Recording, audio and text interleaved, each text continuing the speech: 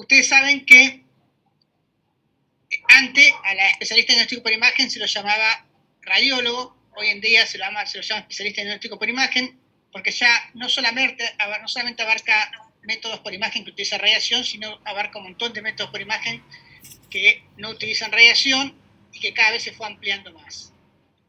Acá tienen todos los métodos que hay en diagnóstico por imágenes. La radiología convencional, que es la placa convencional que ustedes conocen de tórax, por ejemplo. La radiografía simple o con circuito cerrado de TB son cuando uno hace estudios contrastados, que nos permite ver en dinámico cómo se está viendo el paciente y sacar la radiografía en el momento justo. La radiología digital o con sustracción digital ya es cuando actúa una computadora, que puede ser por medio de angiografía o por medio de las radiografías que hay ahora con digitales que se están viendo en muchos lugares, que nos permite jugar con la computadora y mejorar la calidad de la imagen. La tomografía lineal ya no hay en muchos lugares, pero fue una de las primeras ideas de hacer las tomografías, que ya voy a mostrar un ejemplo para que vean cómo se veía. La angiografía, que es el estudio de los vasos sanguíneos, ya sea convencional, es decir, que se pone contraste y se van a ver los vasos sanguíneos superpuestos a los huesos, o digitales, que cuando se hace sustracción digital es que se trata de sacar los huesos y de esa forma se ven mucho mejor los vasos.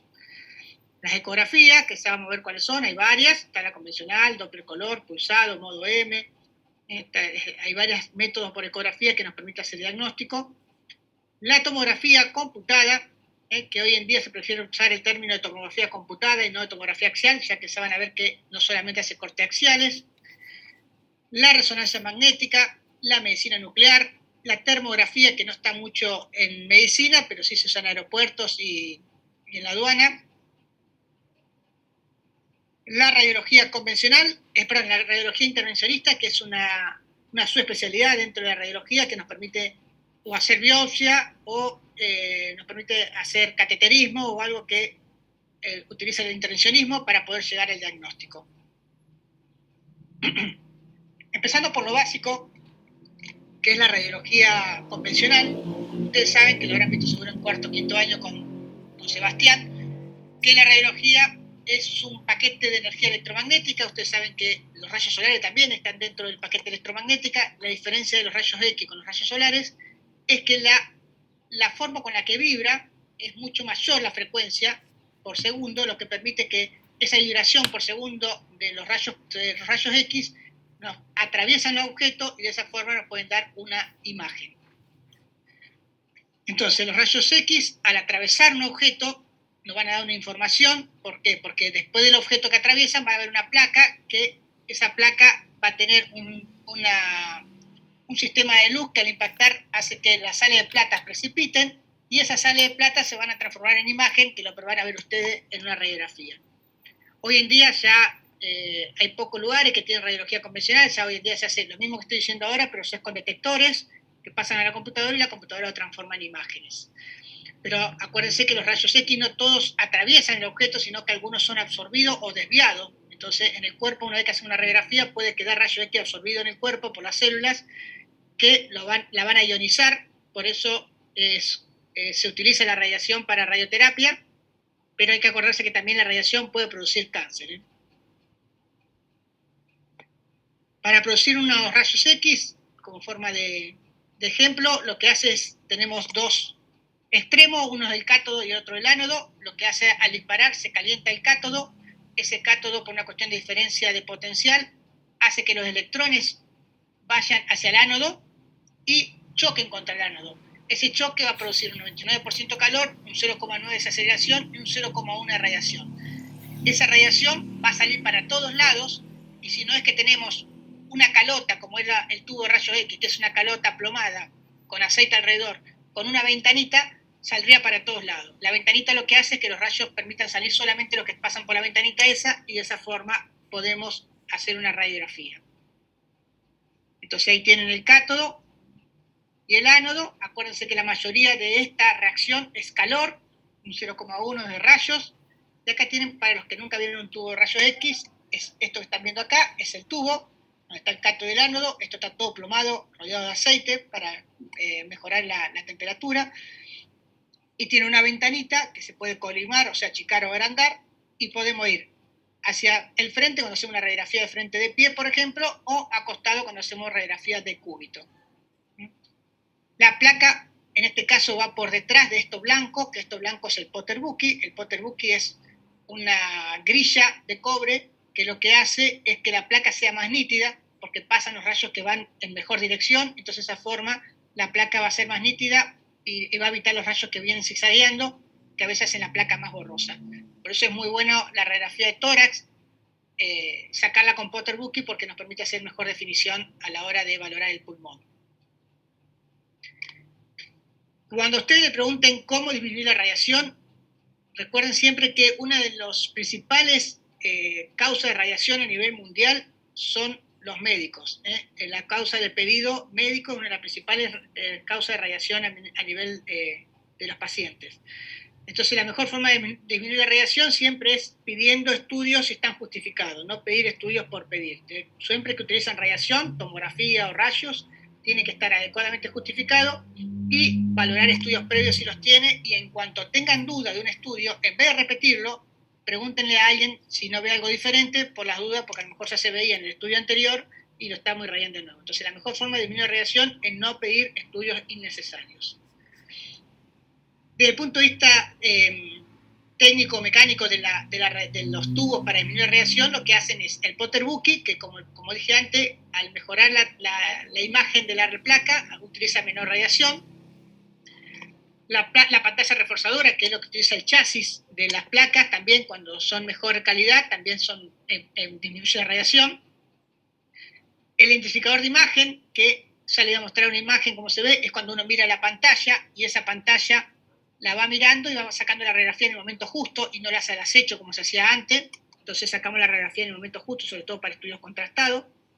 El colimador, esto es muy importante, si bien a ustedes es muy difícil que les llegue ahora con las radiografías digitales, pero el colimador es importante, porque el colimador es achicar los rayos a lo menor posible para lo que uno quiere valorar. Es decir, si ustedes piden una radiografía de tórax, que no venga una radiografía con tórax y abdomen casi superior, todo el abdomen superior. Tiene que ser una radiografía de tórax bien focalizada. O lo mismo que si piden de abdomen, que no le saquen la parte de arriba del tórax y la parte de la pelvis o el fémur. Tiene que estar localizada a donde están pidiendo. Siempre que irradien de más, son ionización que están dando las células que no son necesarias. Entonces siempre hay que colimar. Con las placas viejas, o sea, las placas convencionales, uno no podía mentir porque como salía la placa, salía. No podíamos, me llegaba la placa y sabíamos que había colimado o no había colimado el técnico. Con las nuevas radiografías que son digitales por computadora, el técnico la puede achicar una vez que le hizo la placa, la achican y a vos te llega la placa hermosa, bien colimada, en realidad no hizo una buena colimación, sino que sacó todo y después la achicó con la computadora. Entonces ese es el problema hoy en día, que antes se podía retar de alguna forma al técnico, y ahora con el asunto que con la computadora me lo coliman después que sacaron la placa, es más difícil darse cuenta. Pero siempre hay que tratar de asegurarse que esté bien colimado. Cuanto mejor la sensibilidad de la placa, menor radiación se usa porque la placa es más sensible, y cuanto menos exposición y menos dosis se utiliza a la hora de un estudio, también se va a disminuir la radiación. Yo quiero que usted, bueno, para los que no me conocen, yo aparte de hacer diagnóstico por imagen, me dedico a la parte de diagnóstico por imagen pediátrica. Entonces, la parte de radiación es muy importante en pediatría porque cuando más mitosis hay en la célula, hay más posibilidades de producir cáncer por la radiación. Bien. Estos no me quiero meter en la parte de tórax, ya lo vamos a ver con la gente cuando veamos tórax, en la clase de tórax, pero sí que quiero que entiendan que esto es una radiografía, que acá estamos hablando de radioopacidad, que es el término que quiero que se acuerden, radioopacidad a lo blanco y radiolucidez a lo negro. Es decir, si ven algo, una lesión blanca, por ejemplo acá, tienen que observar una lesión radioopaca cuando la ven blanca, es radiolúcida cuando la ven negra. Si ven un neumotórax, acuérdense que el aire se va a poner negro, entonces tiene que hacer, se ve una imagen radiolúcida en la periferia del pulmón con la pleura visceral, como quieran. Pero siempre acuérdense esa terminología. Radio opaco, radio lúcido. Esa terminología que tienen que usar en lo que es radiografía convencional o digital. Bueno, para los que sepan que esto es una radiografía de tórax, siempre tiene que estar, para hacer un breve resumen, tiene que estar siempre las cúpulas de los pulmones y las cúpulas diafragmáticas. Se tienen que ver los senos, tiene que estar bien centrada. Ya vamos a ver cuando veamos tórax, como en cuanto a la técnica que tienen que valorar a la hora de ver si está bien sacada la placa. No me quiero meter en eso ahora si no se hace tan largo. Otro método que hay es la radioscopía. La radioscopía es como un pedal que ustedes apretan y a medida que van apretando va mandando rayo, ese rayo lo capta un receptor y ese receptor lo transforma en imágenes en un televisor. Entonces nos permite ver todo en movimiento, todo es en vivo. O sea, van a ver las imágenes cuando va tragando el paciente o cuando le va haciendo un colon por enema y sacan la radiografía en el momento justo que a usted le interesa ver que tiene la patología o que quiere sacar la placa para mostrar que está todo bien. Entonces, de esta forma nos permite disminuir la radiación de la placa, porque la están sacando en el momento justo y no la has hecho.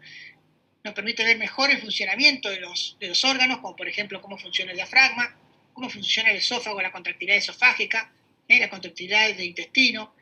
Se utiliza mucho para lo que es estudio digestivo, angiografía, cuando le pasan el contraste en los vasos, ya sea arterial o venoso. La histerosalpingografía, que es para ver la permeabilidad de las trompas y del útero, para evaluar la movilidad diafragmática, como dije antes. Ahora les voy a mostrar para que vean cómo se ve la radioscopía. A ver si me deja compartir.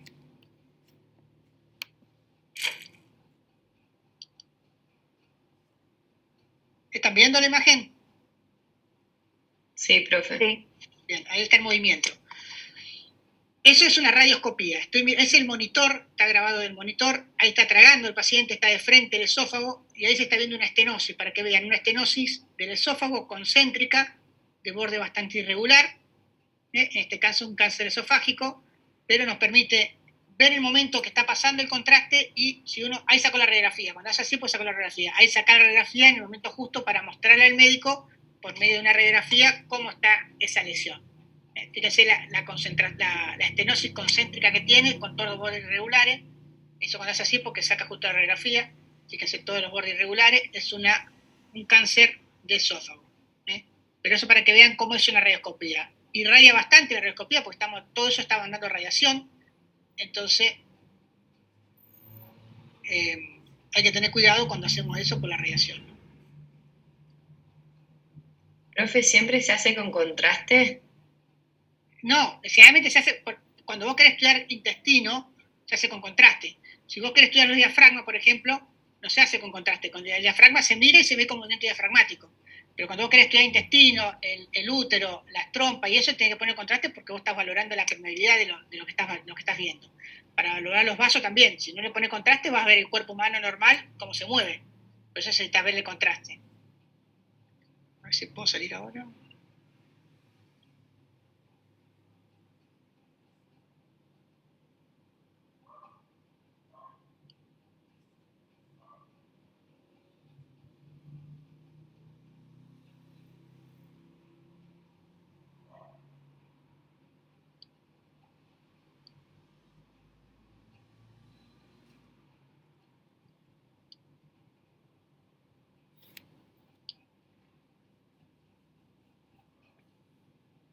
A ver que se me fue delante de la clase.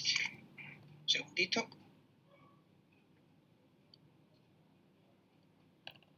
Acá está.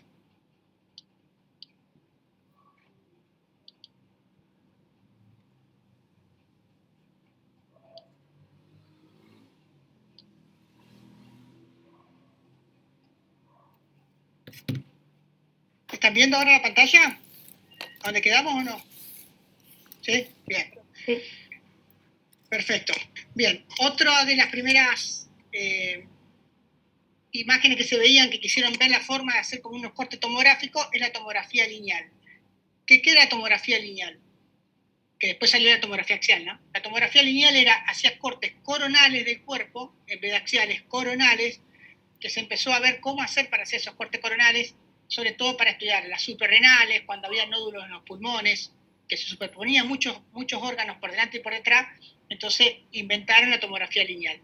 ¿Qué es lo que hacían? Lo que hicieron es con el mismo equipo de rayos X, pero con movimiento, que lo que hacía el tubo, que está arriba, y el chasis acá abajo, se movían uno hacia arriba y el otro hacia abajo, y después uno hacia abajo y el otro hacia arriba. Entonces, siempre apuntando hacia el medio, y la parte central del cuerpo es la que quedaba fija, lo que estaba por delante y por detrás del cuerpo, o sea, la parte anterior y posterior del cuerpo, se movía y al moverse salía borrosa, en cambio la parte central salía nítida. Entonces, de esa forma se podía ver el cuerpo, la parte central del cuerpo. Se lo voy a mostrar para que vean. Después ya quedó en desuso con el inventado de la tomografía, ¿no? Pero para que sepan algunos métodos que a veces pueden ver. Si ustedes ven esta imagen, impresiona hacer una tomografía, una radiografía de tórax, pero algo llama atención. No se ven las costillas. Si ustedes miran, podrían decir está muy penetrada porque no se ven las costillas, pero si estaría muy penetrada porque no se ven las costillas, se tendría que ver muy bien las vértebras, y acá no se ven bien las vértebras. Entonces, en este caso, no es que está muy penetrada, es que no tiene las costillas, ni las anteriores ni las posteriores, por el método. Es una tomografía lineal. Hacía el corte de esa forma que se veía bien la parte central del cuerpo y lo que estaba por anterior y posterior desaparecía, y nos permitía ver imágenes como están viendo acá, una gran masa o nódulo, habría que medirlo, heterogénea, con calcificaciones, todo parece una hematoma, que nos permite ver que antes con una radiografía común se superponía, en este nivel se iba a superponer la clavícula, la costilla, el manubrio esternal. Entonces con esto se permitía valorar mejor estas lesiones. Obvio que después que se inventó la tomografía, esto quedó totalmente en desuso, ¿no? Angiografía. La angiografía, como lo dice su palabra, es el estudio de los vasos, ya sea arterial o venoso. Se hace por medio de cateterismo, depende de lo que queramos ver, se hace un cateterismo, por ejemplo, por la femoral, se llega donde uno quiere llegar con un catéter, se inyecta contraste y vemos los vasos. ¿Qué es lo importante de esto? Es que no solamente sirve como diagnóstico, valorar una estenosis, un aneurisma, sino que también sirve como terapéutico. Se puede poner un paragüita para evitar los trombos en el caso que tenga los émbolos en el caso que tenga un trombo, se puede poner un stent en el caso que tenga un aneurisma, o sea, te permite hacer un tratamiento aparte del diagnóstico. Esto lo hace sobre todo la gente de intervencionismo, y es bueno porque se hace el diagnóstico y podemos hacer el tratamiento en el momento. Y existen dos tipos de... ¿Eso se hace en la sala de hemodinamia? En la sala de hemodinamia, sí. Es con radioscopía y tenés que tener una sala bastante estéril porque tenés que poner la vía y todo. Y se hace en la sala de hemodinamia. Tenemos una pantalla, mientras están poniendo el contraste, una pantalla que nos va a ver en vivo, en directo, y si no, también se puede hacer con sustracción digital, que ya vamos a ver cómo se ve. Esto es en directo, como están viendo acá, que están viendo.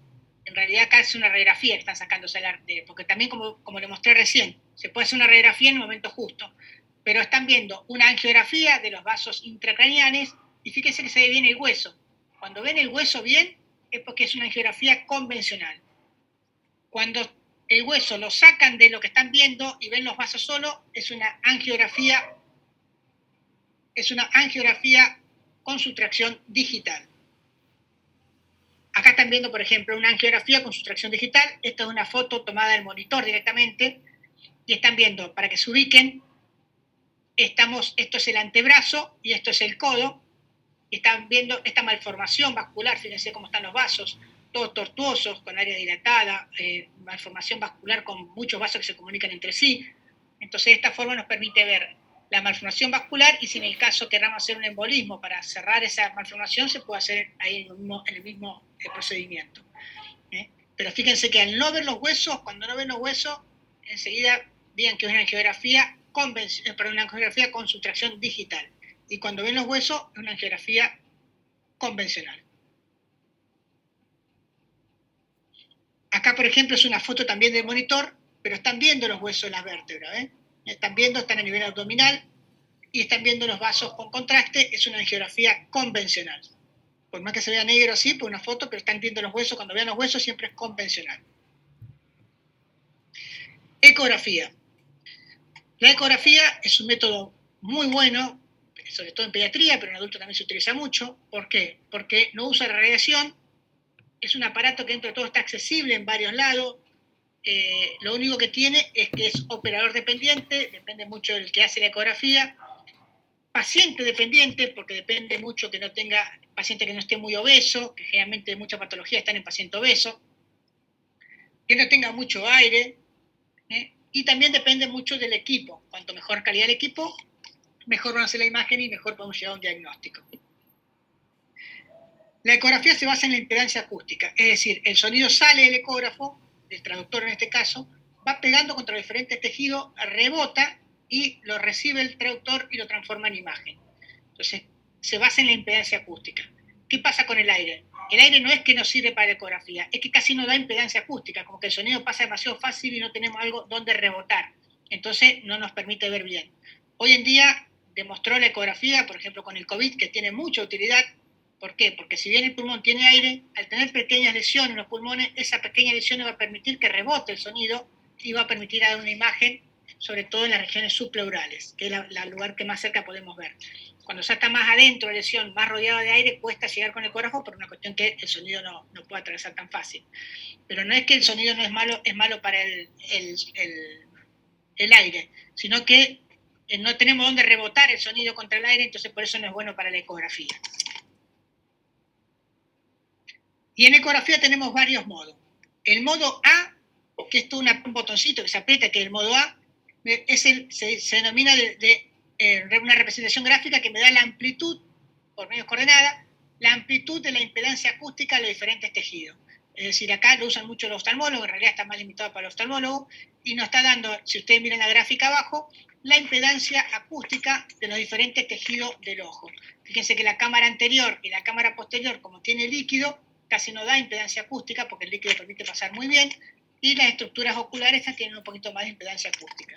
Cuando la cámara anterior o posterior, el líquido se hace más espeso por catarata, por lo que sea, muchas veces tiene mayor impedancia acústica. Entonces lo usan mucho los oftalmólogos, sobre todo para valorar cómo están las estructuras oculares al pasaje del sonido, ¿no? El modo B, que es el que más conocen ustedes, que viene de bidimensional. El modo bidimensional depende de cómo ponemos el traductor. Si lo ponemos transversal, vamos a ver el ancho y la profundidad de algo. Si lo ponemos en sagital o coronal, como depende de cómo lo pongan, van a ver la longitud y la profundidad. Entonces siempre van a ver en dos dimensiones. Ya está, saben que están los 3D y todo, pero generalmente los ecógrafos ven en dos dimensiones, por eso muchas veces tenemos que mover el traductor para completar la imagen y poder verla en varias dimensiones, ¿no? Y esto sí quiero que se acuerden, es cómo se denomina las diferentes estructuras o cómo se tienen que hablar cuando hablamos de alguna patología en ecografía. Ustedes saben que lo que tiene agua, o sea, sea la vejiga, la vesícula, todo lo que tenga agua pura lo van a ver anecoico. Anecoico es negro. Cuando ustedes ven el sonido, el líquido, la imagen, que van a ver una imagen negra, que el sonido pasó por una imagen negra y la van a ver negra, es líquido. Líquido puro, entonces lo van a ver anecoico. ¿Por qué le digo líquido puro? La vejiga, por ejemplo, si en la vejiga tienen líquido con sedimento, van a ver el líquido con pequeñas imágenes ecogénicas puntiformes, que muchas veces son sedimento, y no va a ser tan anecoico, va a ser anecoico con imágenes puntiformes ecogénicas. Entonces siempre, cuando es puro líquido que tiene adentro, lo van a ver anecoico. Lo mismo que en la vesícula, si hay barro biliar, no lo van a ver anecoico, lo van a ver con pequeños puntos ecogénicos, que es el barro biliar. Y después otra terminología que tienen que saber es hipoecoico, isoecoico e hiperecoico. Siempre que hablamos de hipo, iso o hiper, estamos hablando de una lesión ubicada en tal lugar. Por ejemplo, ven una lesión en el hígado que es más negra que el hígado, tiene que decirse ser una lesión hipoecoica en comparación, bueno, no es necesario poner en comparación, pero con respecto al hígado. Entonces siempre compárenlo con algo. Isoecoico cuando tiene la misma ecogenicidad e hiperecoico cuando tiene mayor ecogenicidad. Y dos terminologías que tienen que saber que son importantes son la sombra acústica posterior y el refuerzo posterior. La sombra acústica posterior es cuando una estructura no deja pasar el sonido, entonces no deja de pasar el sonido, lo que está por detrás de esa estructura lo van a ver negro porque no va a pasar mal el sonido. Y el refuerzo posterior es lo contrario, el sonido pasó muy bien por esa estructura, entonces lo que está por detrás de esa estructura lo van a ver más blanco. Eso es importante que sepan utilizar y se van a ver por qué.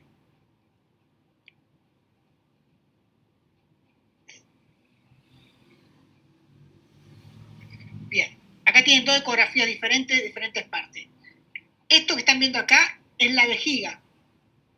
Fíjense que tiene contenido anecoico porque tiene líquido, tiene las paredes que se ven muy bien, y si ustedes miran, esta parte se ve más blanca que esto que está acá. Y no es que esto es patológico y esto es normal, es que el sonido pasó muy bien por la vejiga, entonces llaman lo que se llama refuerzo posterior.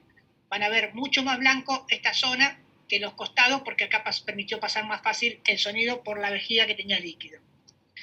Y en esto que están viendo acá, están viendo muchas imágenes ecogénicas, redondeadas, con sombra acústica posterior. Es decir, que esta estructura no dejaron pasar el sonido y me da esta sombra acústica posterior.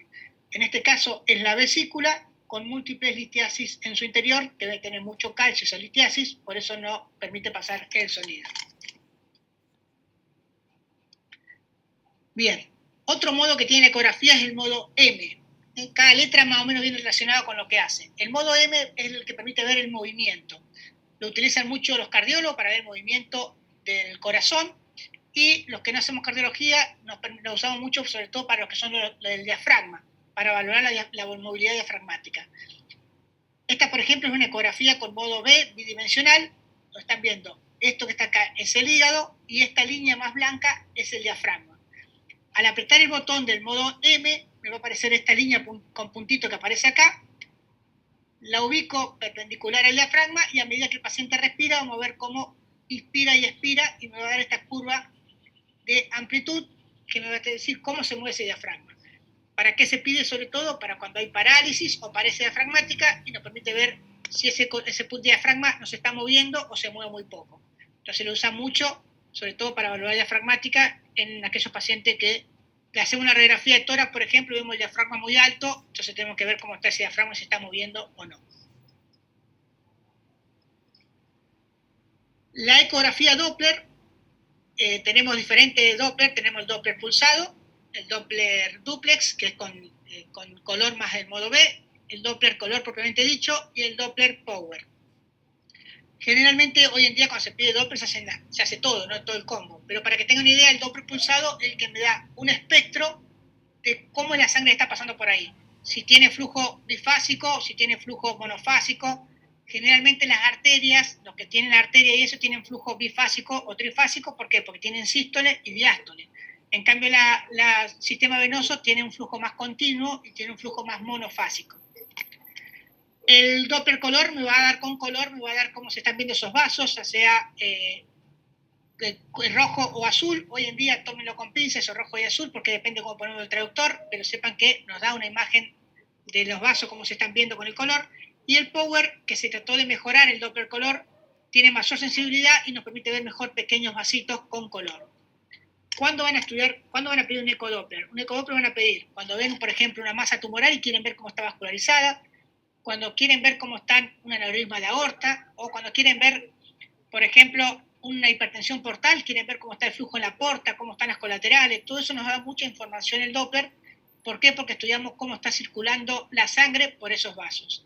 Obvio que los cardiólogos la usan mucho, para el corazón es muy buena para ver cómo está, si hay una comunicación ventricular o interventricular, se ve muy bien con el Doppler. Acá tienen para que vean, en la primera imagen, lo primero que están viendo es un Doppler pulsado. Acá están viendo en el modo bidimensional, que al apretar el pulsado me va a aparecer este calibre que está acá, lo ubicamos donde queremos ver, qué vaso queremos estudiar, y me va a decir qué tipo de flujo tiene. Fíjense que acá tiene sístole y diástole bastante reversa, o sea, bastante profunda. Entonces me está diciendo que es una arteria con alta resistencia, es decir, porque tiene una sístole alta y una diástole baja. Acá tenemos un Doppler color, están viendo con color los vasos. Acá tiene un Doppler color de este lado y en este lado tiene un power. En el power fíjense que se están viendo mucho mejor, muchos vasitos que acá no se veían, es para que vean cómo se ve mucho mejor con el power. Hoy en día muchos ecógrafos ya vienen con el power, también con color rojo y azul. Ya como les digo, tómenlo con pinza. Intentamos que, por ejemplo, lo rojo sea lo arterial y lo azul lo venoso, porque es generalmente lo que se aleja del corazón es rojo y lo que se acerca es venoso, pero tómenlo con pinza porque depende cómo ponemos el traductor. Si lo ponemos transversal va a ser lo mismo, o sea, lo va a tomar de diferentes formas. O sea que siempre que tengamos dudas si es arterial o venosa, lo que hacemos es apretar el pulsado, ponemos el caliper donde queremos ver y nos va a dar la gráfica y vamos a ver si es una arteria o una vena. Bien, la tomografía, avísenme si frenan algo, quieren sacarse una duda. La tomografía, como ustedes saben, es uno de los métodos más utilizados. En Estados Unidos la mayoría utilizan tomografía, casi muy poca ecografía. Lo que sí tengan cuidado, o sea, se está viendo, sobre todo en Estados Unidos, se está haciendo mucho trabajo de que se está irradiando de más a los pacientes. Hoy en día hasta los pacientes tienen una grilla que le está diciendo cuánta radiación recibió en el transcurso de su vida por la cantidad de tomografía que se están pidiendo. Y hoy en día, más con los tomógrafos multi-slide, que hace cortes muy finos, es uno de los principales causas de radiación.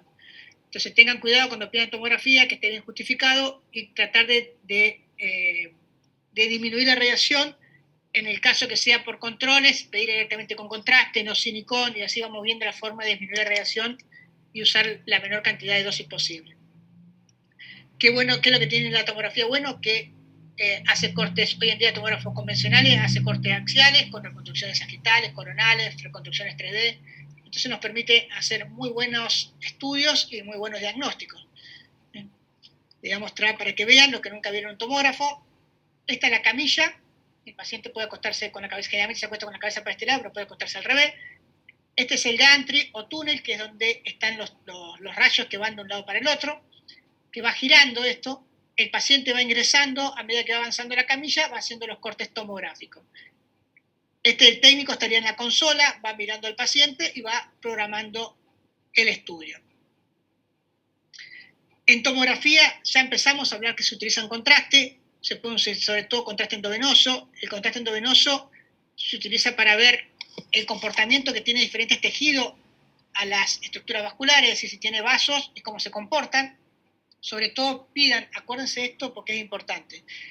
Tanto tomografía y resonancia, siempre que sospechen proceso tumoral o infeccioso, siempre tiene que ser sin y con contraste, porque usted tiene que valorar cómo se comporta esa lesión con el contraste, es decir, si tiene muchos vasos, si tiene un refuerzo periférico para ver si es infeccioso.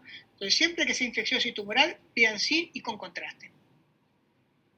Después hay otras causas que se pueden estudiar con contraste, como por ejemplo malformaciones vasculares, y para ver una angiografía, toda esa angiografía con tomografía se utiliza siempre con contraste. El contraste oral, antes sobre todo se utilizaba bario para tomografía o triodato hidrosoluble para tomografía. Hoy en día con los tomógrafos nuevos, con líquido bioral, agua, permite ver muy bien lo que es la luz del intestino, y cuando le colocamos contraste nos permite estudiar muy bien la mucosa, que antes con el contraste es como que se perdía la mucosa porque era muy blanco el contraste, entonces no se podía ver la mucosa. Hoy en día con el líquido, que el líquido lo van a ver más negro, y al ponerle contraste la mucosa la van a ver más blanca, se permite estudiar mejor la mucosa. Entonces, hoy en día como contraste bioral, lo que más se utiliza es el líquido, líquido agua, ¿no? También se puede utilizar por vía endorrectal, que se puede utilizar también agua, contraste, o a veces también se utiliza gel. O también aire también se puede utilizar, tanto en estómago como en recto. En tomografía lo que se habla más que nada es de densidad. Cada órgano o cada estructura tiene diferentes densidades. El aire, por ejemplo, tiene de menos 1000 a menos 4000 unidades Hanfield. La grasa de menos 20 a menos 200, el agua de 0 a 20, la más neutra el agua.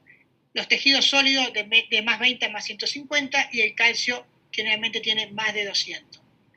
Cuando un órgano sólido, por ejemplo, le ponemos contraste, generalmente aumenta su densidad de 20 a 30 unidades Hanfield normalmente, no es patológico, eso que aumenta porque tienen vasos los órganos sólidos.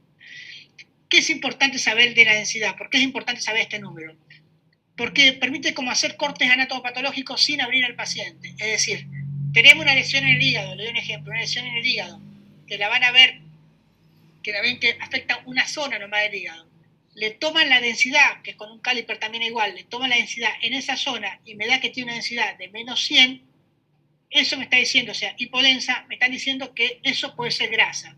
Entonces, en el contexto del paciente podemos valorar que esa lesión puede ser una esteatosis focal hepática. Entonces, por eso es bueno, porque nos permite ver, es como hacer un estudio histopatológico de lo que estamos viendo por tomografía sin abrir el paciente.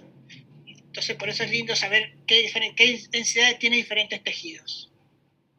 Acá tienen para que vean, acuérdense, el aire que se va a ver negro, la grasa gris-negra, el agua blanca, el hueso más blanco y el metal mucho más blanco, tanto para radiografía como para tomografía. Y ahora sí viene lo importante que no quiero que se olviden, ¿cómo hablamos en tomografía? En tomografía hablamos de hipodenso, isodenso e hiperdenso, siempre comparado con el órgano que está afectando. Es decir, como dije antes, si vemos una lesión en el hígado y está negra o más negra, tenemos que decir, tenemos una lesión hipodensa de tanto por tanto a nivel de estructura hepática del lóbulo derecho, lóbulo izquierdo. Si la ven más blanca, hiperdensa, y si la ven igual, isodensa. Y siempre tienen que valorar los órganos sólidos, sobre todo si son homogéneos o heterogéneos. Vamos a hacer un repaso. Este es un corte tomográfico de abdomen superior, donde estamos viendo el hígado. Ahí están viendo parte del ligamento falciforme. Esta es la aorta, vena cava inferior, pilar diafragmático derecho, pilar diafragmático izquierdo, el vaso y partes del páncreas, el cuerpo y la cola. Este paciente tiene contraste endovenoso porque fíjese que la aorta y la vena cava se ven más blanca que lo que es el hígado, o sea que tiene contraste endovenoso, y también tiene algo de contraste oral porque este es el estómago y tiene adentro contenido hiperdenso. Y de este lado, más o menos lo mismo, pero un poco más bajo el corte, entonces ya están viendo bien los riñoncitos, contraste oral también de este paciente, y fíjense cómo la grasa se va a ver más negra en tomografía, como acá, la van a ver más negra, porque acuérdense que tiene de menos 100 o más o menos unidades de Hanfield la grasa. Bien, el tomógrafo fue una de las cosas que más evolucionó en las últimas décadas. Empezamos con un tomógrafo convencional, después pasamos a un helicoidal y después pasamos a un multidetector. ¿En qué mejoró todo esto? Antes los tomógrafos convencionales, que hay en lugares que todavía lo tienen todavía, los tomógrafos convencionales hacían un corte axial, corríamos la camilla, otro corte axial, corríamos la camilla, otro corte axial, corríamos la camilla. Entonces estudiamos esta zona, esta no la estudiamos, esta estudiamos, esta estudiamos. Cuando los cortes los hacíamos más seguido, mejor estudiamos al paciente, pero más irradiábamos al paciente también, porque hacíamos cortes muy seguido. Entonces, si hacías corte de 5 cada 5, estudiabas 5 milímetros y 5 no lo estudiabas. Entonces se dijeron, ¿cómo hacemos para mejorar esta parte que nos está estudiando? Entonces inventaron los tomógrafos helicoidal, que lo que hacía era dar vuelta como si fuera una espiral. Entonces estudiamos esta parte, la estudiábamos bien, esta parte la estudiábamos bien, y en el medio no dejaba de enviar radiación a medida que corría la camilla. Seguía mandando radiación a medida que se movía la camilla, y la computadora hacía del corte anterior y el corte posterior en el medio, reconstruía un corte con la radiación que mandó de acuerdo a la información que tenía de la imagen anterior, de la imagen posterior, más la radiación que mandó en el medio. A medida que fue pasando los años se dieron cuenta que estaba muy bien la idea, pero necesitaban más detectores, más radiación y más detectores para mejorar esa imagen. Entonces empezaron a inventar más detectores. Cuanto más detectores tenía la imagen, mejor calidad tenía la reconstrucción que hacía el equipo. Entonces, hoy en día hay de 16, de 64, de 120, creo que hasta 240 en Argentina. Entonces, cuanto más detectores hay, mejor reconstrucción hay, pero también irradiamos un poquito más, ¿no? Entonces, ¿qué permitió la tomografía helicoidal o multi-slide? Disminuir el tiempo en los pacientes, porque era más rápido. Los pacientes a medida que iban moviendo iban haciendo los cortes, entonces era mucho más rápido el tiempo. Permitía mejor definición atómica y sobre todo mejor definición de las patologías que podía tener el paciente, ¿no? Entonces, ¿por qué la tomografía se permite usar el término tomografía computada en vez de tomografía axial computada? Porque hoy en día ya no es siempre axial, tenemos reconstrucciones como en esta coronal y sagital. Fíjense que en esta reconstrucción coronal, por ejemplo, están viendo una gran masa heterogénea, tiene contraste, una masa heterogénea que refuerza en forma heterogénea con áreas hipodensas, que está desplazando el riñón hacia abajo. Fíjense cómo el riñón izquierdo está desplazando hacia abajo. Hacemos un corte sagital y fíjense cómo está la aorta, y la masa está tanto por detrás de la aorta como por delante, o sea que está englobando la aorta. Siempre se dice que cuando un tumor envuelve un vaso en más del 50%, está comprometiendo ese vaso, entonces ya se considera irresecable en el sentido que es muy difícil despegarlo del vaso. Esta lesión también tenía calcificaciones, eso blanco que están viendo ahí, eso hiperdenso. Está hablando que esto puede haber sido un neuroblastoma. ¿Qué también permite hacer la tomografía? La tomografía también permite hacer reconstrucciones 3D, vienen software para cada cosa.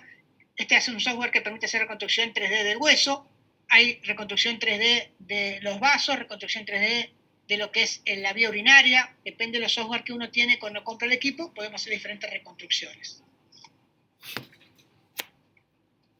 Y uno de los métodos, que si bien es uno de los mejores, porque queda para última instancia a la hora de hacer un diagnóstico, es uno de los mejores. ¿Cuál es el problema?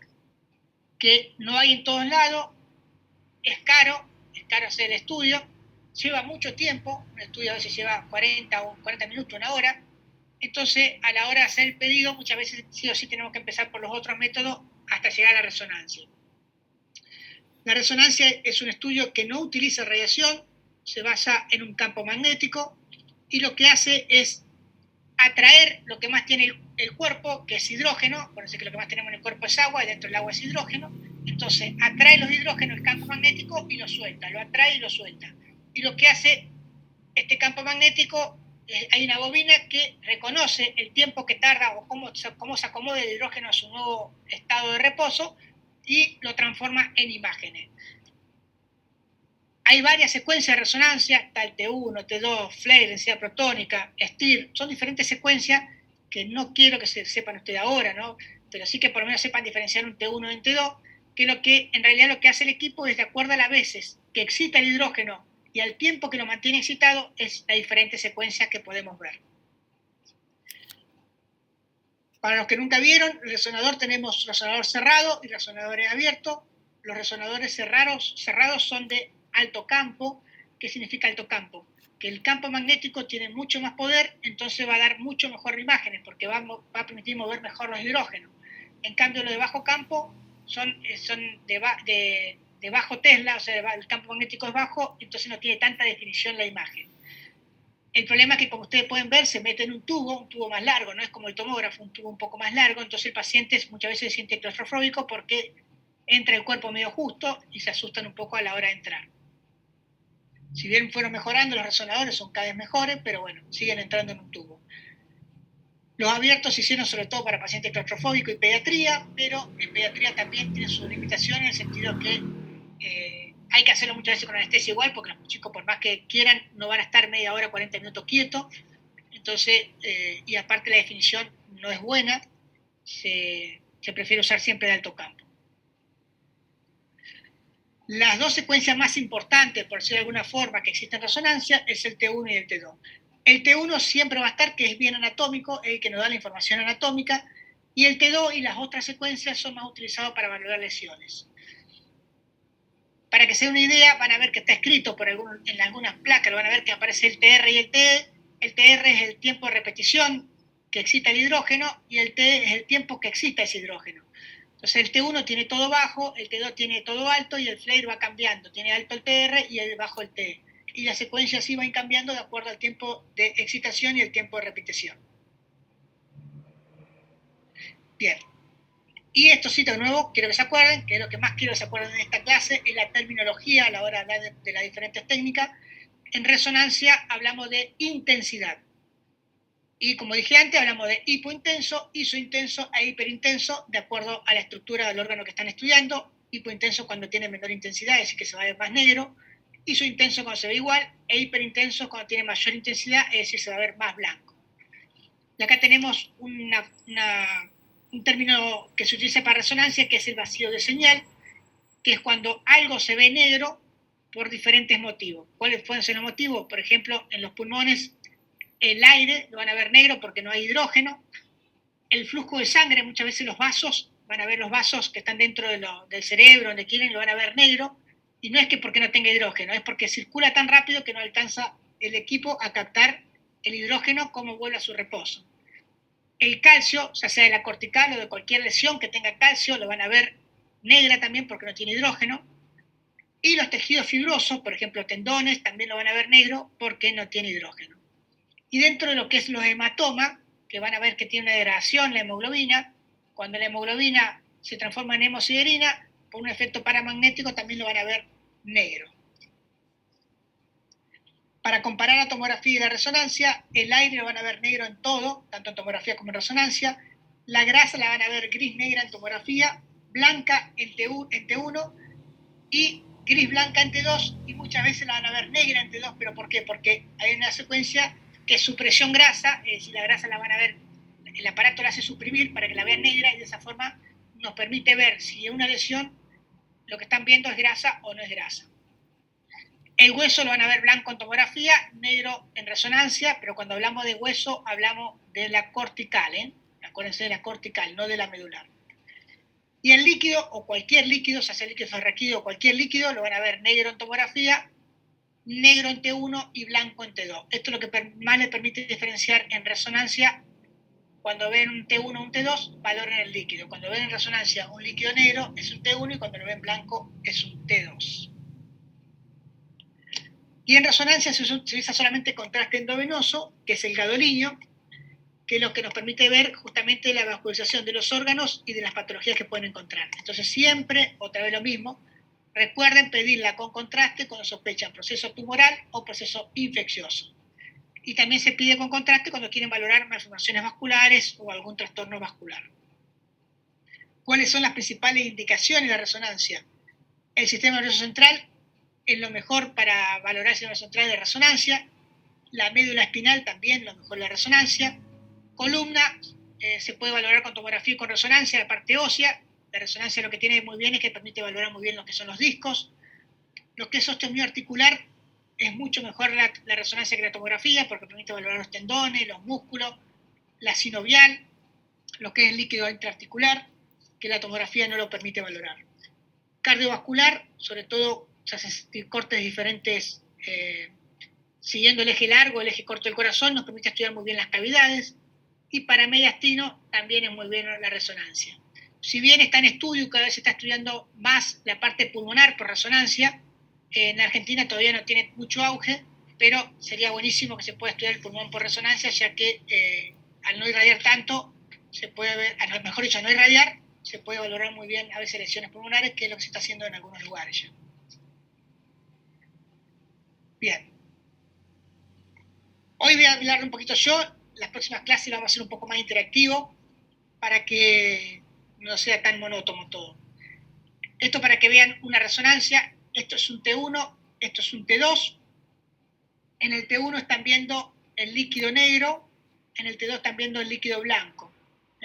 A nivel cervical, un corte sagital a nivel cervical y un corte sagital a nivel de fosa posterior y región cervical.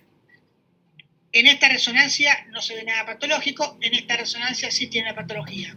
Si ustedes miran con cuidado, están viendo que la amígdala cerebelosa está descendida por debajo del agujero magno. Esto se llama herniación de la amígdala cerebelosa, que tiene un nombre propio que se llama Arnold-Chiari.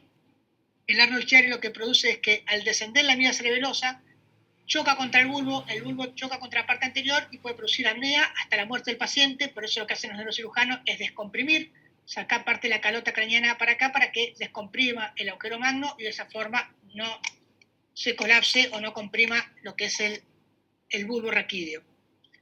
Después búsquenlo, Arnold-Chiari, después tiene diferentes clasificaciones dentro de Arnold-Chiari, pero es bueno que lo vean. Y estos son cortes axiales. Sí, te escucho. ¿Eso pasa en los pacientes que tienen espina bífida? Está relacionado con mielomeningocele, encefalocele. Entonces, siempre que vean Arnold-Chiari, tienen que valorar si no tiene un mielomeningocele o un encefalocele. Después, cuando puedan, búsquenlo ahora que lo vieron, búsquenlo en los libros. El Arnold-Chiari, generalmente el tipo 1 que se relaciona con mielomeningocele, después tenemos con encefalocele, o puede estar aislado solo. Pero muy bien lo que dijiste vos, cuando vemos un Arnold-Chiari tenemos que valorar si tiene espina bífida porque puede tener un mielomeningocele. Acá tiene otro corte axial con un T2 y este es un T1. Bien. Otro método por imágenes es la medicina nuclear. ¿Qué hace la medicina nuclear? La medicina nuclear es, te inyectan una sustancia que está marcada con un marcador radiactivo y se mira por dónde sigue, qué recorrido hace esa sustancia. Entonces, de acuerdo a lo que queremos estudiar, es lo que vamos a marcar. Por ejemplo, si queremos estudiar la tiroides, vamos a estudiar con yodo, yodo marcado. Si queremos estudiar una infección, se va a hacer generalmente con glóbulos blancos marcados. Si queremos estudiar un sangrado, se va a hacer con glóbulos rojos marcados.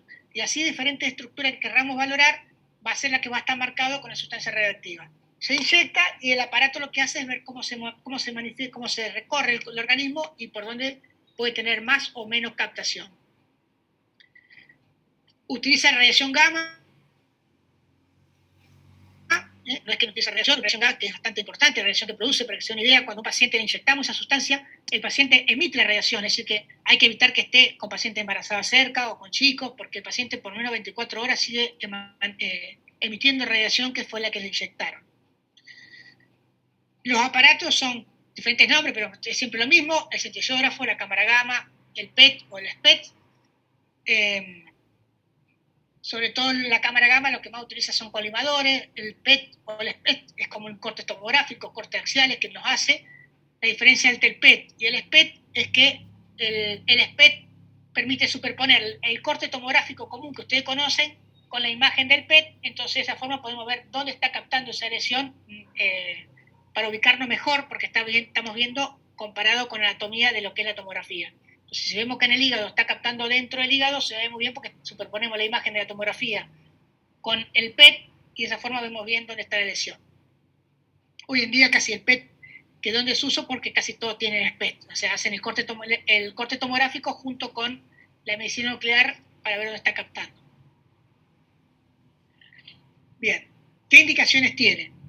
Se utiliza para exploraciones óseas, como por ejemplo que cuando queremos buscar fracturas ocultas, cuando queremos ver maltrato infantil, sobre todo para no rayar todo el cuerpo, estudiamos con medicina nuclear para ver dónde puede tener fractura.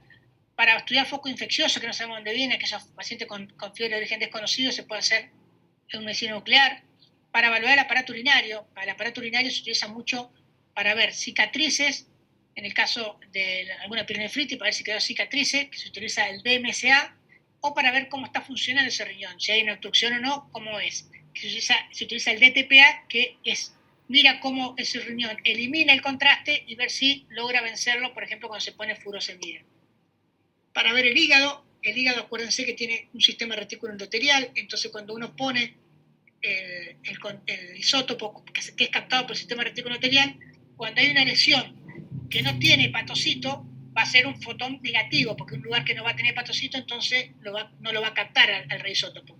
En cambio, cuando es una lesión que tiene hepatocito, por ejemplo un hepatoblastoma o un tumor hepático propiamente dicho, va a ser un fotón positivo porque va a tener mucho hepatocito formándose.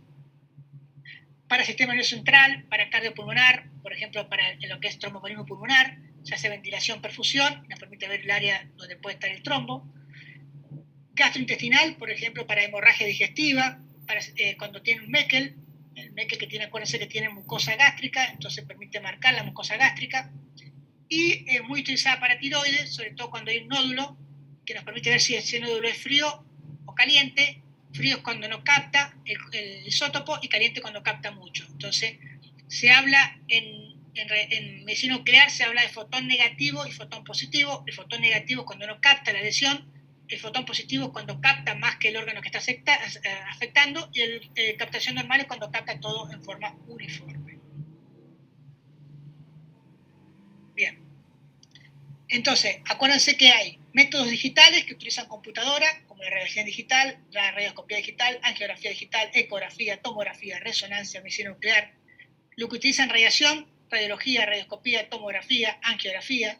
Lo que utilizan radiación gamma, la medicina nuclear. Lo que utilizan sonido, que es la ecografía. Y lo que utilizan un efecto magnético o un campo magnético, que es la resonancia magnética nuclear. Siempre recordar que los métodos por imagen deben ser efectuados y diagnosticados por médicos que se dedican a esto, pero esto no quiere decir que ustedes no tengan que aprender a valorar o a interpretar las imágenes. ¿Por qué es importante? Por empezar, que ustedes el día de mañana, muchas veces lo que es radiografía simple, muchas veces viene sin informe, entonces es importante que ustedes sepan valorar e interpretar la radiografía simple. Y lo otro que tienen que saber es que muchas veces, como cualquier médico, podemos llegar a equivocarnos o a no ver algo, entonces ustedes saben interpretar, cuanto más gente pueda interpretar y valorar una imagen, más posibilidades mejor dicho, menos posibilidades de cometer errores y más posibilidades de llegar a un diagnóstico certero. Entonces siempre es bueno saber valorar y no confiarse solamente en lo que escribe el especialista, y en el caso que tengan alguna duda pueden levantar el teléfono y llamarlo y ver si eso que están viendo es patológico o normal, pero es bueno saber que te están valorando e interpretando la imagen, no dejarse llevar solamente con el informe. Siempre digo lo mismo, lo más importante como médicos generales es pensar en un diagnóstico presuntivo y ver cuál es el mejor método de imágenes para valorar ese diagnóstico presuntivo. El que no sabe lo que busca, no sabe lo que encuentra. Entonces siempre tienen que tener un diagnóstico presuntivo. Y ustedes cuando hacen el pedido también tienen que poner el diagnóstico presuntivo, porque no es lo mismo no saber qué estoy buscando que saber qué es lo que estoy buscando para encontrar en diferentes lugares. Y cuanto más datos clínicos de interés tenga el pedido, mejor, porque es más fácil ubicarse anatómicamente dónde puede estar la lesión y sospechar también qué diagnóstico puede tener el paciente. Bien. Bueno, ¿ustedes tienen clase ahora? ¿Tienen más clase ahora? ¿Se pueden quedar un ratito? Sí. Sí, no tenemos nada. Perfecto. Vamos a seguir entonces.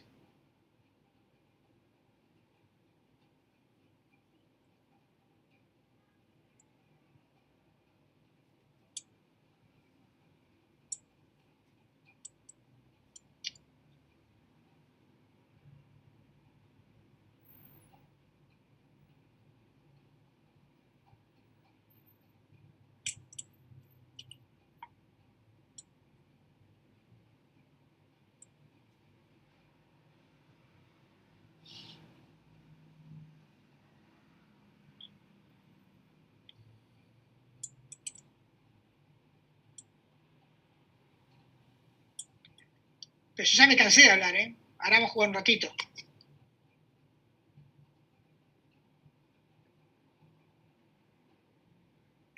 Juan Ignacio Dus. Sí, profe. Juan Ignacio, de estas 4 imágenes, elegiste una, decime qué método puede ser y si ve algo patológico. Yo no estoy viendo el power solamente, no sé si alguien más lo ve. ¿El PowerPoint? No se ve, profe, se ven. Se ve la imagen de muchas gracias, profe. Muchas gracias. Ah, bueno, esperen que muestro de nuevo. No te vayas, ¿eh?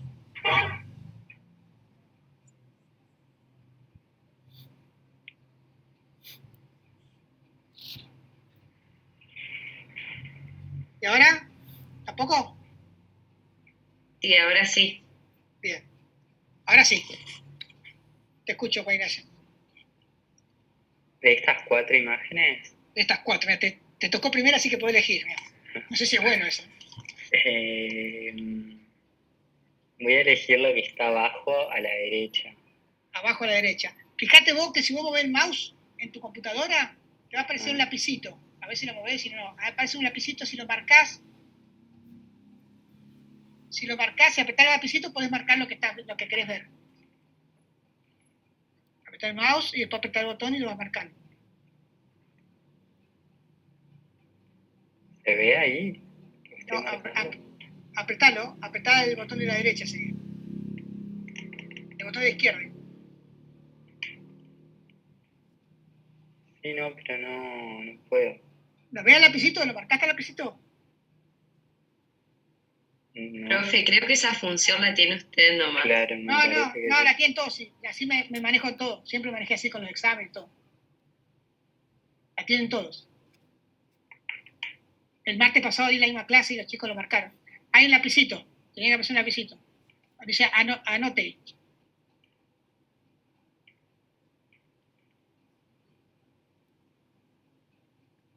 ¿Lo encontraste? Tenés que ir arriba, mira, Juan, arriba en opciones figura ahí.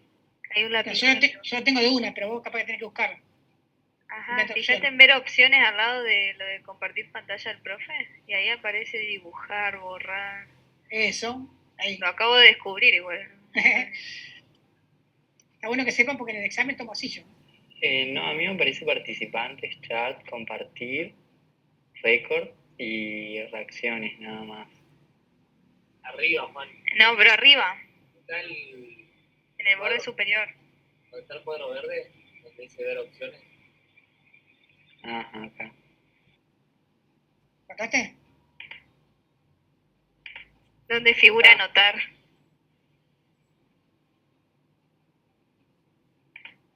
¿Ahí me ven o no? Marcar, apretar el botón y marcar. Ahora apretar el mouse para que se vea. Sí, estoy apretando, pero no sé. No sé. Yo te muestro cómo tiene que hacer, así tiene que quedar, ¿eh? A ver. ¿Esto? ¿Ahí se ve? Ahí está, muy bien. Ahí está. Bueno, ya saben algo nuevo, aprendieron algo nuevo. Ahora estén atentos para hacer eso. Bueno, borrar todo eso que me escribiste toda la pantalla ya. Ojo, Ignacio, vamos a esa que dijiste. ¿Qué estudio te parece que es? Una tomografía. Muy bien, ¿una tomografía de dónde? Siempre que hablamos de una tomografía de tórax. De tórax. Bien. Ustedes lo habrán visto ya con el 4º año, vieron que tiene 2 ventanas el tórax. ¿Qué ventana te parece que es esta? mediastínica, puede ser. Perfecto. Una ventana para el mediastino. Si vos mirás, está un poquito más denso lo que es la aorta que los músculos, así que pareciera que tuviera contraste, no mucho, pero parece que tiene. ¿Y qué ve patológico? ¿Ve algo patológico?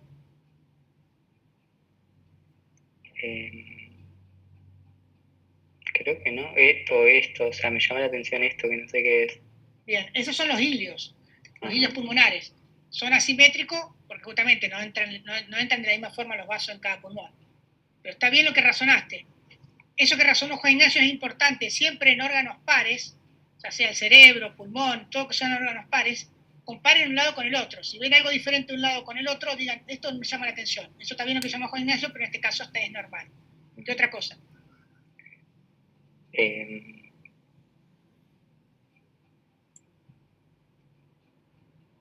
No sé, ¿está ensanchado? ¿Puede ser el mediastino?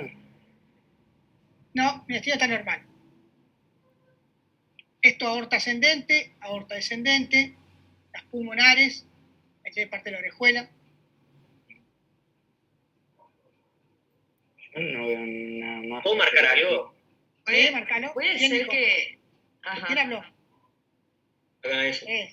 Joaquín. Sí, Muy bien, ¿eso qué? Joaquín. Bien, Joaquín. ¿En serio? Borralo verde. Voy.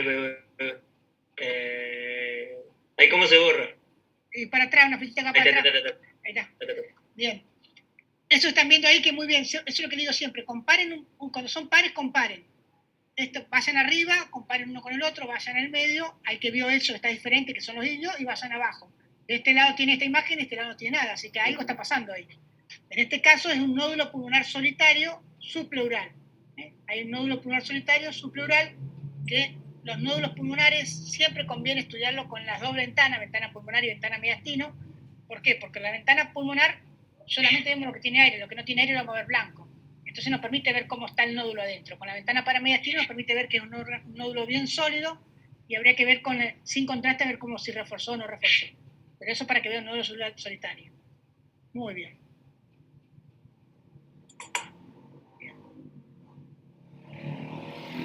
Lucas Lidolini. Sí. Te quedaron 3 ahí. ¿Cuál elijo? La de arriba a la izquierda. Arriba a la izquierda. Acabas de buscar el lápiz. Ajá. Estoy del celu, pero... Esta es Sí. a la izquierda. Bien. ¿Qué te parece eso? Es una radiografía de cráneo de un niño. ¿Qué incidencia Frente. tiene? Frente, muy bien. Radiografía de cráneo, frente. Bien. ¿Ve algo patológico?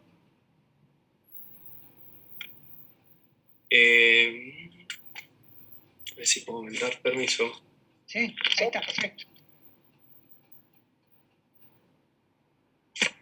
Bien. ¿Qué te parece que puede ser eso? ¿Cómo le escribirías vos? Parece ser como una sonda, ¿puede ser nasogástrica?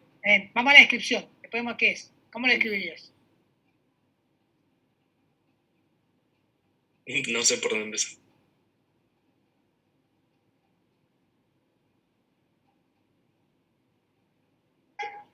¿Cómo le escribirías? ¿Una imagen? Una imagen...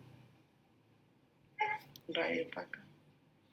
Sí, pero no sé cómo describir la radiografía del cráneo. Bueno, No sé pero cómo- eso que te dictó es lo que yo quiero que me digan. Una Sí, imagen radio radio opaca, no me digan hiperdensa y nada de eso. Radio opaca, porque estamos hablando de radiación, de radiología. Una imagen radio opaca, lineal, puede ser una imagen radio opaca, lineal, que se proyecta sobre el macizo facial. No sabemos dónde está porque está de frente, tenemos que ver el perfil dónde está. Pero lo que quería que diga era eso, imagen radio opaca, que acuérdense que hablamos de opacidad Claro. en radiología. En este caso no es una sonda, este es un cuchillo. Fíjense que tiene un tramontina, tiene los tornillos del cuchillo. Un cuchillo que por suerte no llegó a la base del cráneo, justo lo frenó la base del cráneo. Para que tengan cuidado con los chicos que caminan con cuchillos. Perfecto. Fernández Jesús. ¿Cuál te gustó de estas dos? La de abajo de la izquierda. Esta. Sí. Bien. ¿Qué estudio es? Es una ecografía. Ajá. pero no sé bien de qué es. Te ayudo. Tiene ventrículo y no de corazón.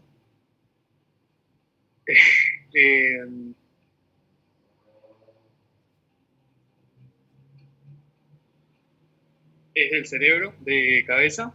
Muy bien, de cerebro. Es una ecografía transfontanelar. Me costó. ¿Viste? Con la ayuda que te di, era fácil. Eso que estás viendo acá, no queda otra. Eso que estás viendo acá negrito son los ventrículos laterales. Los ventrículos, sí. Los ventrículos laterales, esos son el temporal, con la fosa temporal. Acá tenemos parte de la fosa posterior y esta es la línea media. Perfecto. A ver a quién se ve. Espera que acá me aparece, tengo que ver quién está hecho. Porque hay algunos que son vivos y no me prenden la cámara. Florencia Zabaldelli.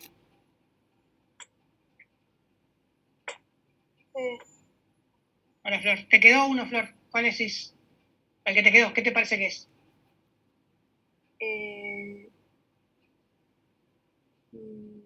¿Una radiografía o una tomografía? Primero te voy a decir algo. ¿En cuántas dimensiones estás viendo vos? Ajá, eso era lo que... Por eso dudaba. ¿En 2 puede ser? En 2. En 2 sería altura y ancho. Yo acá estoy viendo altura, ancho y me doy cuenta que esto de acá es más posterior que la nariz. Entonces estoy viendo en 3 dimensiones. Estoy viendo a lo alto, a lo ancho y sé que es algo más posterior y algo más anterior. Eso se llama 3D. ¿Entendés? Sí. Bien. Entonces una imagen con reconstrucción 3D de macizo facial y cráneo. ¿Qué estudio puede ser que te dé esa reconstrucción 3D?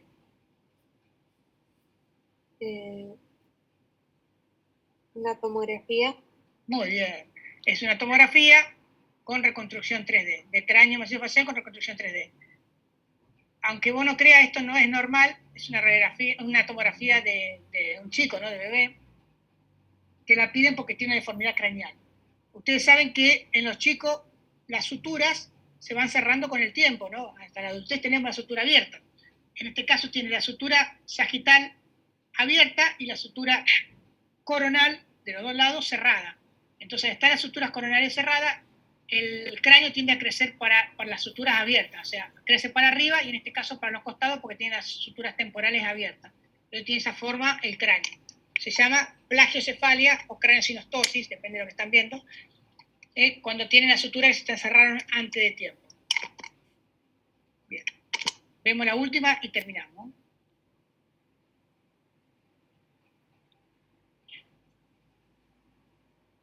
Agustín Gabrieli.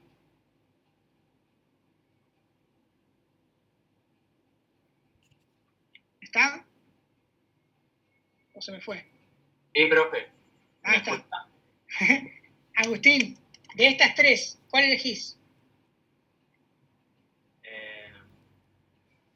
Abajo a la izquierda. Abajo a la izquierda, bien. Esta está acá. Si está señalando algo, no lo veo. ¿Por qué no? ¿No ve mi mouse? Se ve a destiempo. Ah. Esta que está acá, decime qué estudio es. Resonancia de cráneo. Resonancia de cerebro, ¿sí? La de arriba, ¿qué secuencia es? Uno era... perdón. Ay, se me está mezclando. Si no me equivoco, arriba T2 y abajo T1 puede ser. Perfecto, así es, muy bien. Eso quiero que se acuerden de esta clase, acuérdense de esas cosas, miren que son las importantes para no equivocarse más. Muy bien. El líquido blanco es T2, el líquido negro es T1. Bien, ¿ves algo patológico? Tenemos que marcarlo con el lápiz. Si es que ves algo patológico. Sí. Ya vamos a ver, después cuando veamos cerebro nos vamos a meter más. Ahora más que nada para hacer un repaso más general. ¿Era con anotar? Claro. A ver. Ahí va, pasa que anda lento.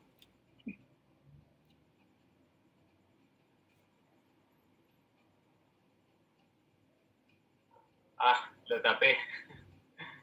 Pero bueno, ¿se ve? Sí, se ve. ¿Qué te parece que puede ser eso? ¿Es un nódulo? No, ¿Qué tiene adentro? líquido. Líquido, muy bien. Entonces no es un nódulo. O es un quiste o es un absceso, porque tiene líquido adentro. Entonces, en la secuencia de abajo, en el T1, tiene contraste. Fíjate que tiene el seno venoso, se ve blanco. Los senos venosos longitudinales se ven blancos. En la parte de abajo tiene contraste. Y si vos mirás el contraste, hay un refuerzo en anillo de la lesión. Eso es un absceso. Acuérdate cuando ves blanco en T2, porque tiene líquido adentro, en este caso le pusimos contraste y se ve como refuerza el anillo, es un absceso. Pero pues, perfecto, muy bien, A ver que seguimos con Aragón, Agustina. Sí, profe. Te quedaron dos, Agustina. ¿Cuál te gusta? Lo de arriba de que eligió Agustín. Ah, bien. ¿Qué te parece? ¿Puede ser un centellograma? Muy bien. ¿Un centellograma de qué? ¿Qué es lo que estás viendo? Y estoy viendo prácticamente tórax, abdomen, pelvis y... ¿Pero qué estás viendo del tórax, abdomen, pelvis? ¿Qué estás viendo? Frente. ¿Pero qué es lo que estás viendo? ¿Qué estructuras?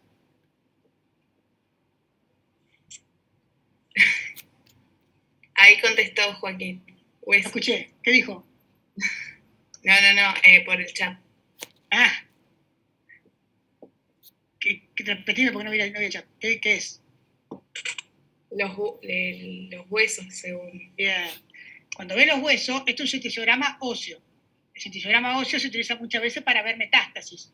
En este caso, lo que estás viendo bien negro acá es el tumor que debe tener de base este paciente y le hace un centellograma óseo para ver si tiene alguna metástasis.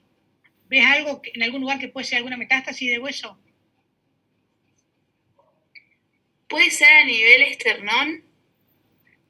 No y sí. No porque está bien que te diste, no porque no es eso, y sí porque está bien que te diste cuenta de eso.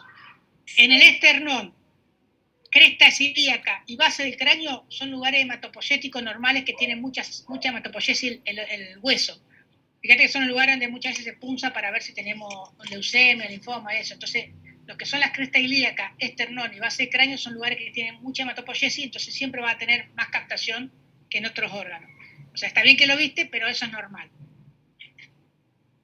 Lo de la cabeza del fémur, del húmero, perdón, es muy simétrico, así que pareciera también que fuera parte de la hematopoyesis porque es muy simétrico. ¿Y hay algo más que te llamó la atención? Y a nivel del macizo facial... Está bien, eso también por eso va a ser cráneo. ¿También? Eso también es normal. No, entonces no sabría decir cuál es. Yo te voy a mostrar ahora. Si vos mirás acá, esa es la vértebra, ¿la ven? Sí. Está captando cerca del tumor, pero tiene una vértebra que tiene mayor captación. Entonces, en este caso, cuando hacemos un centello y vemos esta zona que captó la vértebra, se recomienda hacer o una tomografía o una resonancia para valorar ese lugar y no irradiamos todo el cuerpo y valoramos cómo está esa vértebra. Tiene un foco positivo a nivel de la quinta lumbar, parece que fuera. Muy bien. Tamara, Batisti. Profe, una pregunta. Sí. ¿Y a nivel renal lo tiene? Pero es normal porque está eliminando. El centellograma, la medicina nuclear elimina por los riñones. Entonces está bien que tenga ahí. Profe, ¿eso no se usa también para abuso infantil? Para ver dónde tuvo lo... Sí, eso es lo que dije hoy. Se utiliza mucho para abuso infantil para ver fracturas cuando tiene paciente, para no irradiarlo todo, se hace centellograma.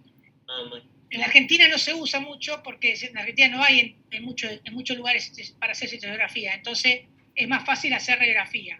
Y cuando hay sospecha de abuso... inicial puede ser.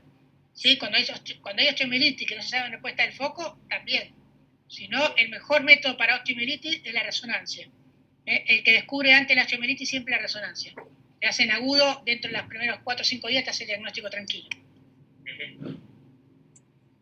¿Sí, Tamara? No es fácil lo que te tocó, Para que te den una idea, estos son 3 estudios en uno. El estudio de arriba es una cosa, el estudio del medio es otro y el estudio de abajo es la mezcla de las dos. Creo que es una tomografía Perfecto. El de arriba es una tomografía porque Ajá. es... ¿Qué corte es Porque este? es coronal, Coronal, bien, sagital y y axial. transversal. Y transversal o axial. axial. Bien. Axial. Bien, esta es una tomografía. ¿Y esto que tiene color qué puede ser? No lo vimos. En la clase de ahora todavía no lo vimos. Para que tenga una idea, es muy parecida a esto que estamos viendo acá, al del óseo que vimos acá, pero tiene otro color. ¿No ¿Qué es puede un ser? PET? Es No. un PET. Es un PET, así, muy bien. Eso es un PET. Fíjense que en un PET común y corriente lo van a ver así, van a ver cómo capta, pero no van a ubicarse bien anatómicamente porque esto es un PET común y corriente, o sea, no es difícil ubicarse anatómicamente qué es lo que están viendo. Por eso inventaron el PET-TC, que es el que están viendo abajo. El PET-TC, que es el que están viendo abajo, superponen los cortes tomográficos más los cortes del PET y nos permiten ver mejor dónde están viendo las lesiones para que ustedes se ubiquen anatómicamente. ¿Entienden? Por eso hoy en día casi todo es PET-TC, es el PET que se superpone a la tomografía y nos permite ver que esto que estamos viendo acá, por ejemplo, no es una lesión, es la aorta. Entonces nos permite ver así. Que esto que están viendo acá no es una lesión, es el hígado que normalmente capta porque tiene el sistema reticular arterial. Entonces nos permite ver los tipos de lesiones. Lo único que tiene patológico este paciente es a nivel de la cúpula diafragmática, que están viendo ahí izquierda, que captaba acá, y acá se está viendo en el tomo cómo se capta parte de lo que es ahí, parte de lo que es la cúpula diafragmática por arriba del vaso. ¿Y cómo le decís a esa lesión, profe, en el PET? En el PET sí también fotón positivo. Todo lo que es medicina nuclear, fotón positivo. Un área de fotón positivo a nivel de diafragma, del diafragma izquierdo. ¿Estamos? ¿Alguna duda, chicos?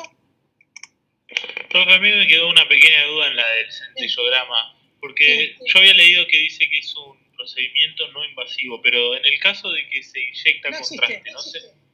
No existe en invasivo. Entonces es invasivo porque se inyecta justamente contraste. Por dos razones es invasivo. Porque se inyecta contraste y porque utiliza material radioactivo.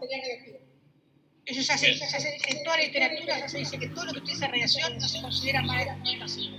Porque el paciente le está dando una radiación que se considera invasivo para el cuerpo. Y en el caso del centellograma que estamos viendo ahí en la diapositiva, supongamos que nosotros inyectamos alguno de los contrastes, de los radioisótopos, tecnesio, todos esos que son ahí. ¿Por qué capta más? Usted dijo lo que era la columna a nivel de T4, perdón, a nivel de L4, no sé qué nivel estamos. Sí, L4 sí. ¿Por qué capta más? ¿Quién es el que está captando ahí? ¿Qué órgano sería el que estaríamos comprometiendo? ¿Es a nivel de esa vértebra lumbar, pero cuál sería el órgano acá que estaría comprometido? Generalmente lo que se utiliza para esto es glucosa marcada con magnesio y eso. Entonces esa forma, todo lo que tenga más metabolismo del que tiene que tener, capta. Entonces, en este caso es un tumor que tiene mucho metabolismo, porque es un tumor que debe ser que está con mucha producción de células, al tener mucho metabolismo va a captar. ¿Entendés? Claro, pero no sabemos bien qué órgano es, digamos, o es acá es hueso seguro. ¿Y por qué no respeta como la anatomía de la columna? Nosotros pensaríamos que es más vertical y se va como para los lados. Y por eso no hay que hacer una rezo, porque es vos cuando yo les muestro columna, los tumores de columna, de vértebra, lo que sea, no quedan en la vértebra, rompen la cortical y se extienden, como nuestro sarcoma, no es que queda en la columna y queda ahí confinada la columna. Rompe la cortical y sigue creciendo, los tumores siguen creciendo, hasta puede estar aplastada por el mismo tumor que no tiene hueso, no aplasta la vértebra y parece como chico. Bien, genial. Gracias. No hay nada. Bueno, chicos, estén atentos para la clase, creo que dentro de 15 días tenemos nuevo con ustedes. Estén atentos porque va a estar dividido, va a haber diferentes